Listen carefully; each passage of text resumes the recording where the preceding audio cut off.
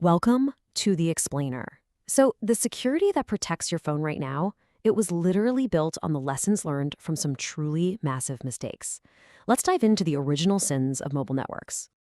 I mean, think about it. We trust our phones with absolutely everything. Our photos, our private messages, our banking info. We just have this built-in assumption that they're secure, right from the ground up.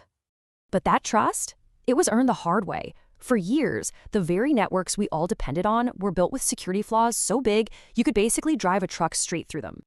To really appreciate the incredible security we have today in 4G and 5G, we have to go back and look at the problems they were designed to fix. So, what exactly went so wrong? Okay, so our story begins with GSM. That's the 2G standard from way back in the early 90s. And you've got to remember the world it was built for. This was all about voice calls, not the data-heavy, privacy-obsessed world we're all living in now.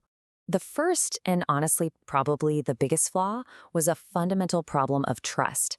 It was completely one-sided, and that created a gigantic security hole. Get this, the network would check to make sure your phone was legit, but your phone had no way of checking if the network was legit. It just blindly trusted any cell tower it could connect to, without ever asking, "Hey, aren't you who you say you are?" And this created the perfect opening for attackers.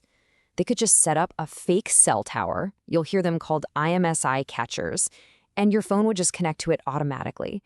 And just like that, an attacker could be intercepting your calls, reading your texts, and even pinpointing your location. All right, next up, let's talk encryption. Because even if you were connected to a real, legitimate tower, the encryption that was supposed to be protecting your calls was, well, it was fundamentally weak.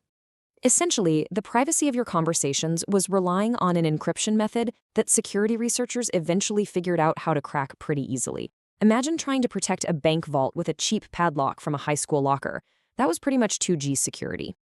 And the final major flaw, this was a piece of the security puzzle that most people don't even think about: integrity. And this is a really big one. It meant that an attacker sitting in between you and the cell tower could secretly change the signals. They might not be able to listen to your call, but they could do things like redirect it or mess with other network commands, all without anyone knowing. Okay, so let's jump forward to 3G. Engineers knew they had to fix these three critical flaws. They knew it was time for some serious upgrades.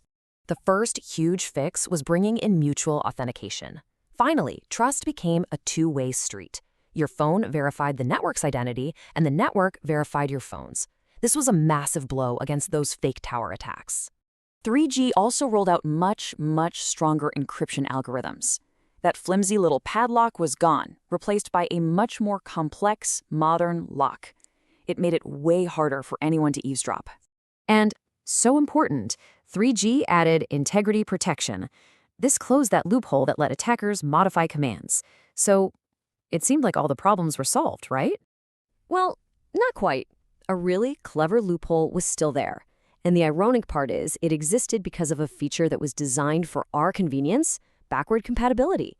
You know, the thing that let your new 3G phone work even in an old 2G area? So here's how this downgrade attack worked. An attacker would just block the 3G signal. Your phone, unable to find a 3G network, automatically falls back and starts looking for a 2G signal. And what does it find? The attacker's powerful fake 2G tower. Your phone connects, and suddenly you're back operating in that super insecure 2G mode, completely bypassing all of 3G's great new security features. This entire experience, from the glaring flaws of 2G to that sneaky downgrade threat in 3G, taught network engineers a whole series of invaluable lessons that directly shaped how 4G and 5G were designed. What they realized was, you can't just keep patching a broken system. The foundation itself was flawed. For 4G, it was time to throw out the old blueprints and start from scratch with a security-first mindset. This timeline really shows you that whole evolution in thinking. We went from security as kind of an afterthought in 2G to a bunch of patches in 3G, and then finally, to security as the core design principle for 4G and everything after. It was a fundamental shift. The story of all these early failures leads directly to the robust, layered security model of 4G LTE. And understanding that new architecture, the one built from the ground up to prevent these exact attacks, well, that's what we're going to explore in our next explainer.